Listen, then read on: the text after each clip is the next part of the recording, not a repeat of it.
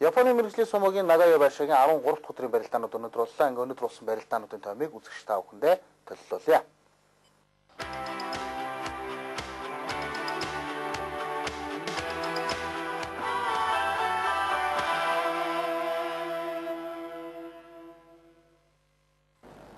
Японы мэрэгжлийн сумогийн 7 дугаар сарын тэмцээн Нагая Байшагийн 13 дахь өдрийн барилдаан өнөөдөр үргэлжлэв. За энэ өдрийн барилдаанд Жирүүзэн данд барилдаж байгаа Тамаоши мөнх хөргөл, Корю мөнх хөргөлтэй барилдсан байгаа.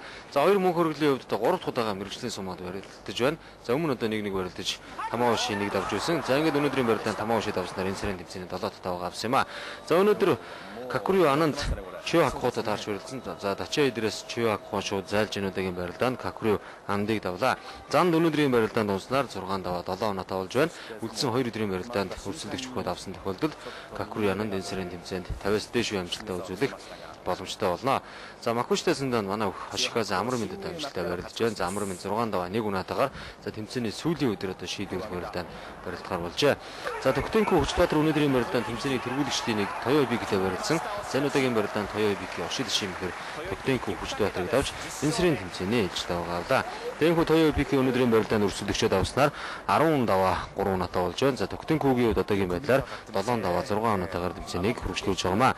За Хүчбаатар маргаашийн барилдаанд энэ сард Магиширийн 14-өөс шүрэлдэж байгаа. Гүржин яриад бүх Точно шинтэй барилдахаар нотаарчээ. За Монгол Улсын гавь төмөрчин Көвтөнхөө цэвгний өнөөдрийн барилдаанд Стан улсын яриад бүх Баруутотоо таарч барилдсан байгаа. За хоёр өхийн хувьд өмнө одоо 4 удаа барилдахад Баруутоо 3 удаа давж байсан. За Дачаа эдрээс Көвтөнхөө цэвгний Маавшны барьц авсан.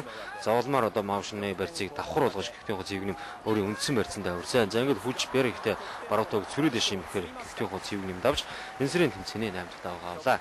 За энэ хүн 8 даваатай болсноор Көвтөнхөө цэвгний Качкуши буюу 50-аас дээш үе амжилттай үзүүлж чадлаа.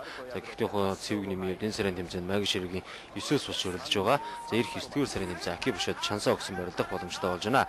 За Асаскирүү Дашны Мама Бямдөрч нар өнөөдрийн барилдаанд таарч барилдсан. За Дачаа эдрээс шууд хоёр бүх баруун золгосон. Замаагийн үед Маавшны давхар өрцөнд өрсөн бол Асаскирүү Дашны баруун гарын одоо Маавшны барьцтай байсан. За ингээд дивжиний зах руу шахах мөчөд одоо Асаскирүү Дашны хариу мих одоо хийж магадгүй байсан. За энэ хоёр ихэд дээд зэндаанд олон удаа таарч барилдаж байсан. За би энийхээ барилдааны арга туршлагыг сайн мэдэх хөгчөөд тиймээс өнөөдрийн барилдаанд Амаа Бямдөрч нэлээд одоо анхааралтай барилдсан байгаа. За Асаскирүүгийн хувьд энэ сарын тэмцээний эхний өдрүүдэд амжилттай барилдаж 12 өдрийн дараах худлаар Качкуши буюу 50-аас дээш амжилттай үзүүлээд байсан. За Амагийн хувьд харин өнөөдрийн барилдаа хариуцлагатай барилдаа. Өнөөдөр одоо өрсөлдөгчөд авж байж Секивакаа цолоо батлах ёстой байлаа.